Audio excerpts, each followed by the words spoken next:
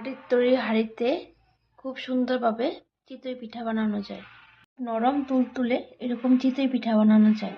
তো চলো দেখতে থাকো কিভাবে বানাচ্ছি আমি। প্রথমে ভালো করে এমন একটা নারকেল কুড়িয়ে নেবে। কুড়ানো হয়ে গেলে মিক্সচার গ্রাইন্ডারে মিক্সচার করে নেবে চালের গুঁড়ি। রাতে ভিজিয়ে রাখবে, তারপরে একসাথে দিয়ে লবণ দিয়ে ভালো করে মেখে নেবে। ভালো করে মেখে নিতে হবে। দেখো কাইটা এরকম হতে হবে। কাপের সাহায্যে এরকম ভাবে নিয়ে নেবে। এর মধ্যে চিতই পিঠাগুলি দিয়ে দেবে। দেওয়া হয়ে গেলে এভাবে ঢাকনা দিয়ে দেবে। স্টিমটা দেখবে বাড়িয়ে দেবে, মোটামুটি এভাবে বাড়িয়ে দেবে। কিছুক্ষণ অপেক্ষা করবে। খুব টেস্টি হয় এটা, চার সাথে খাবে।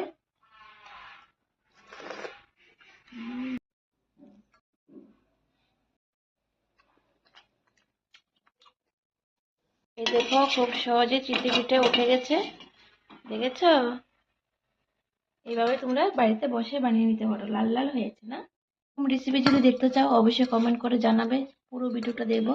Tata, bye bye.